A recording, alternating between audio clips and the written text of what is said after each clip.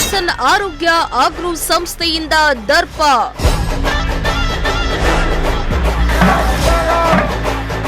Dairy ಮುಂದೆ ಹಾಲು ಸುರಿದು ಹಾಲಿನ ಏಜೆಂಟರ ಆಕ್ರೋಶ.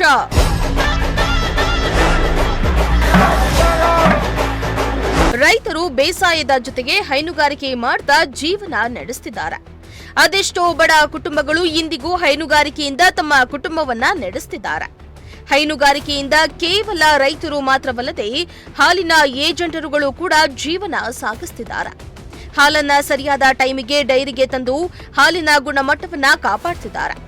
ಈ ಹೊತ್ತಲ್ಲಿ ಹಾಲು ಏಜೆಂಟರುಗಳ ಮೇಲೆ ಡೈರಿಯವರು ದಬ್ಬಾಳಿಕೆ ಮಾಡ್ತಾ ಇದ್ದು ಹಾಲಿನ ಏಜೆಂಟರುಗಳನ್ನ ಕೆರಳಿಸುವಂತೆ ಮಾಡಿದೆ.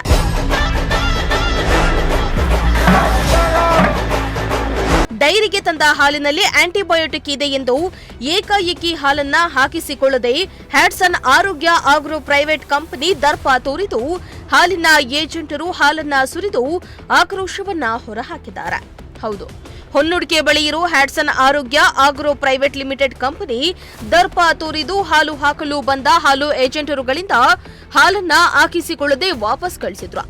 ಇದರಿಂದ ರೊಚ್ಚಿಗೆದ್ದ ಹಾಲಿನ ಏಜೆಂಟರುಗಳು ಡೈರಿಯ ಮುಂದೆ ದಿಢೀರ್ ಪ್ರತಿಭಟನೆ ನಡೆಸಿ ಹಾಲನ್ನ ಸುರಿದು ಆಕ್ರೋಶವನ್ನ ಹೊರಹಾಕಿದ್ದಾರೆ.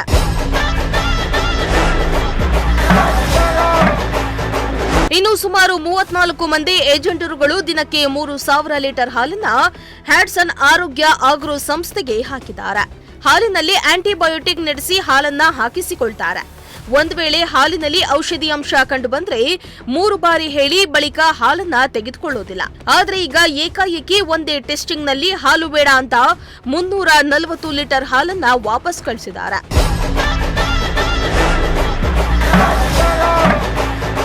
ಬೇಸಿಗೆ ಕಾಲದಲ್ಲಿ ಹಾಲು ಇಲ್ಲದ ಕಾರಣ ಟೆಸ್ಟಿಂಗ್ ಮಾಡದೆ ಹಾಲು ತಗೋತಾರೆ. ಆದ್ರೆ ಮಳೆಗಾಲದಲ್ಲಿ ಅತಿ ಹೆಚ್ಚು ಹಾಲು ಬರುತ್ತೆ ಅಂತ ಹೀಗ್ ಮಾಡೋದು ಎಷ್ಟು ಸರಿ ಅಂತ ಪ್ರತಿಭಟನಾಕಾರರು ಆಕ್ರೋಶವನ್ನ ಹೊರಹಾಕಿದ್ರು. ಆಂಟಿಬಯೋಟಿಕ್ ಅಂದ್ರೆ ಏನ್ ಸರ್?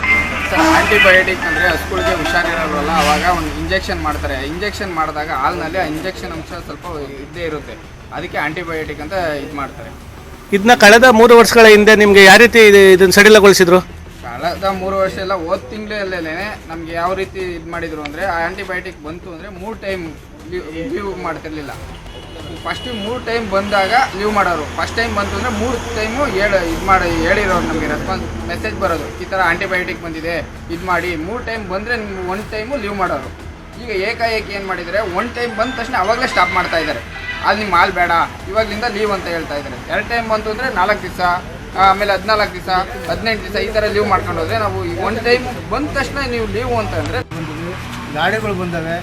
ಬೇಸಿಗೆನಲ್ಲಿ ಯಾವುದೂ ಇಲ್ಲ, ಯಾವ ಆಂಟಿಬಯೋಟಿಕ್ ಏನೂ ಇಲ್ಲ. ಹಾಲು ಕೊಡಿ ಹಾಲು ಕೊಡಿ, ಯಾರೇ ಬೇರೆಯವ್ರಿಗೆ ಕೊಡ್ತಿದ್ರು ನಮಗೆ ಕೊಡಿ ಅಂತ ಏಜೆಂಟ್ರುಗಳನ್ನ ಕಳಿಸಿ ಹಾಲು ಸಂಗ್ರಹಣೆ ಮಾಡ್ತಾರೆ. ಈ ಮಳೆಗಾಲ ಹುಟ್ಟಿದ ತಕ್ಷಣದಿಂದ ಮಳೆನೇ ಹುಟ್ಟಿಲ್ಲ, ಹಾಲೇ ನಿಮ್ಮ ಹಾಲು ಬೇಡ ಕಡಿಮೆ ಕಳಿಸಿ ವಾಪಸ್ಸು 5-5 ಲೀಟ್ರ್ ವಾಪಸ್ ಕಳಿಸಿ. ಅವ್ರು ಹೆಚ್ಚಿಗೆ ಹಾಕಿದ ಹಾಲನ್ನ 10 ಲೀಟ್ರ್ 15 ಲೀಟ್ರ್ ಹಾಲು ನಾವು ರೈತರು ಎಲ್ಲಿಗೆ ತಗೊಂಡು ಹೋಗ್ಬೇಕು ಆ ಹಾಲನ್ನ? ನೀವೇ ಹೇಳಿ. ಯಾವ ಅಧಿಕಾರಿಗೆ ಫೋನ್ ಮಾಡಿರೋ ಹ್ಞೂ ಅಂತಾರೆ ಹೊರತು ಯಾರೂ ಬಂದಿಲ್ಲ, ರೆಸ್ಪಾನ್ಸ್ ಮಾಡ್ತಾ ಇಲ್ಲ. ಏನು ತಮಿಳ್ನಾಡು ಇದು, ಕರ್ನಾಟಕ ಇದು? ಯಾವ ಡೈರಿನೂ ಇಲ್ಲ, ಗೌರ್ಮೆಂಟ್ ಡೈರಿನೂ ಇಲ್ಲ, ಪ್ರೈವೇಟ್ ಶ್ರೀನಿವಾಸ ಡೈರಿನೂ ಇಲ್ಲ, ಬೇರೆ ದೊಡ್ಡ ಡೈರಿನಲ್ಲಿ ಇಲ್ಲ. ಇನ್ನು ಈ ವೇಳೆ ಹ್ಯಾಟ್ಸನ್ ಆರೋಗ್ಯ ಆಗ್ರೋ ಪ್ರೈವೇಟ್ ಕಂಪನಿಯ ಸೂಪರ್ವೈಸರ್ ಮಂಜುನಾಥ್ ಮಾತನಾಡಿ, ಈ ಸಂಸ್ಥೆಯ ಮಾಲೀಕರು ತಮಿಳುನಾಡಿನವರಾಗಿದ್ದಾರೆ. ಯಾವುದೇ ಅಧಿಕಾರಿಗಳು ನಮ್ಮ ಕರೆಯನ್ನ ಸ್ವೀಕರಿಸೋದಿಲ್ಲ. ಬೇಕಿದ್ರೆ ಹಾಲು ಹಾಕಿಸಿಕೊಳ್ಳಿ, ಬೇಡವಾದ್ರೆ ಬೇರೆ ಕಡೆ ಸಂಸ್ಥೆಗೆ ಹೋಗ್ಲಿ ಎಂದು ಹೇಳ್ತಾರೆ. ನಾವು ಏನ್ ಮಾಡೋಣ ಎಂದು ಹೇಳಿದ್ರು. ರೈತರುಗಳು ಇಷ್ಟು ದೊಡ್ಡದ ಪ್ರತಿಭಟನೆ ಮಾಡ್ತಿರೋ, ಫೋನ್ ಪಿಕ್ ಮಾಡ್ತಿಲ್ಲ, ಮತ್ತಿತರ ಪಿಕ್ ಮಾಡ್ತಾರೆ. ನಾಳೆ ಏನು ಅಚಾತುರ್ಯವಾಗಿಲ್ಲ, ಬೆಂಕಿ ಅವಘಡ ಆದ್ರೆ ಯಾರು ಹಾಂ ಮತ್ತೆ ಯಾವ ನೈತಿಕತೆ ಮೇಲೆ ಕೆಲಸ ಮಾಡ್ತಾರೆ? ಬೆಂಕಿ ಅವಘಡನ ಏನಾರ ಸಂಭವಿಸ್ತು, ಅವಾಗಲೂ ಫೋನ್ ಪಿಕ್ ಮಾಡಲಿಲ್ಲ ಅಂತಾರೆ, ತಮ್ಮ ಪ್ರಾಣಹಾನಿಗೆ ಮತ್ತಿತರ ಸಮಸ್ಯೆಗಳಿಗೆ ಹಾನಿ ಆಗಲ್ವಾ? ಪ್ರಾಣಹಾನಿ ಅವೆಲ್ಲ ಏನಿಲ್ಲ ಸರ್. ಒಂದು BF ಇಲ್ಲ, BSI ಇಲ್ಲ, ಯಾವುದಿಲ್ಲ. ಏನು ಅಂದರೆ ನಾವು ಡೆಪಾಸಿಟ್ ಮಾಡಿದ್ದೀನಿ, 50,000 ಡೆಪಾಸಿಟ್ ಮಾಡಿದ್ದೀನಿ. ಇದು ಏನೇ ಹಾಲೇನ ಸಮಸ್ಯೆ ಆಯಿತು ಅಂತಂದ್ರೂ ಆ ದುಡ್ಡ ನಮ್ಮದಲ್ಲಿ ಡಿರೆಕ್ಷನ್ ಮಾಡ್ತಾರೆ. ಅದೇನೇ ಆಗ್ಲಿ, ಟೆಸ್ಟಿಂಗ್ ಮಾಡಿದ ಮೇಲೆ ಔಷಧಿ ಅಂಶ ಕಂಡು ಬಂದ್ರೆ ಅದನ್ನ ಒಮ್ಮೆ ಹೇಳಿ, ಬಳಿಕ ಕ್ರಮ ಕೈಗೊಳ್ಳುವುದನ್ನ ಬಿಟ್ಟು ಏಕಾಏಕಿ ಹಾಲು ಹಾಕಿಸಿಕೊಳ್ಳದೆ ವಾಪಸ್ ಕಳಿಸಿದ್ದು ಹೈನುಗಾರಿಕೆಯನ್ನ ಅವಲಂಬಿಸಿ ಬದುಕು ನಡೆಸ್ತಾ ಇದ್ದವರಿಗೆ ಗಾಯದ ಮೇಲೆ ಬರೆ ಎಳೆದಂತಾಗಿದೆ. ಶ್ರೀನಿವಾಸ ಸೋಪ್ನಳ್ಳಿ, ಪ್ರಜಾಶಕ್ತಿ ಟಿವಿ, ತುಮಕೂರು.